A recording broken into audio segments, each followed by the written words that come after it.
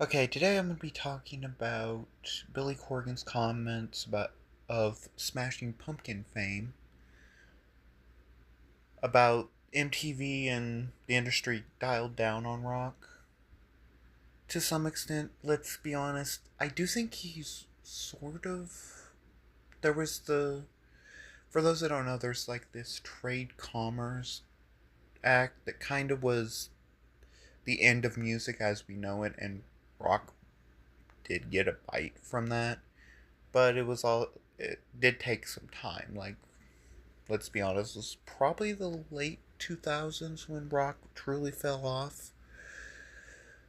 But anyway, you can look into that and all the other reasons. But one of the big reasons I'm going to talk about today is sort of the anti-group sentiment that went throughout the music industry, because I think that's something a lot of people didn't talk about. Like, music groups, bands, stuff like that. And I think that's where they've kind of preferred rap, because with rock, everything was banned. Granted, rap has had a lot of groups, a lot of good groups. Even though a lot of people, for some reason, I disagree with it, think just Wu-Tang Clan, but there's also NWA, Outkast. If you're looking for something a little bit more outside of it, the Spooks, even though they only had like one album. You probably heard their song Things I've Seen. But yeah, I mean, there's just a lot of disadvantages with that too, unfortunately. Uh, like there was this one era of this band called Fleetwood Mac, where they basically wrote songs against each other. It was basically, for those that don't know, it was like a diss track, but you had to play it. Not to mention,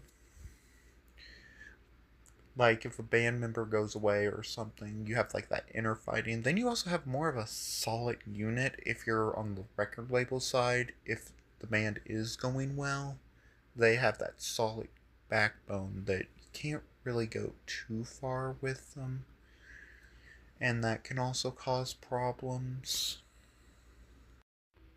And then there's also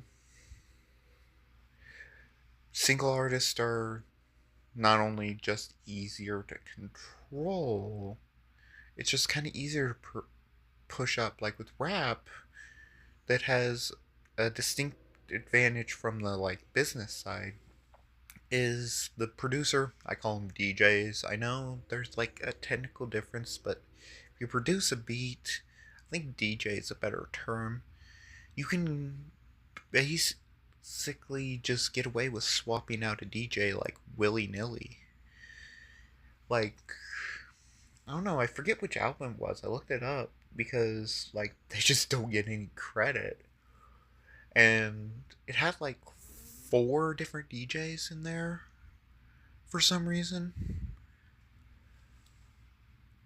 Probably for sound reason or something. But yeah, it had like four different DJs, and you probably wouldn't know. Like with, and another thing, like the ones that do produce their own beat, like Tyler Creator, you know him as a rapper, not a rapper and a DJ.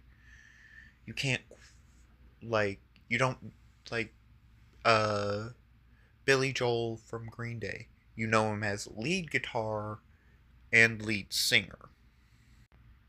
Yeah, and it's just kind of this financial incentive and kind of push,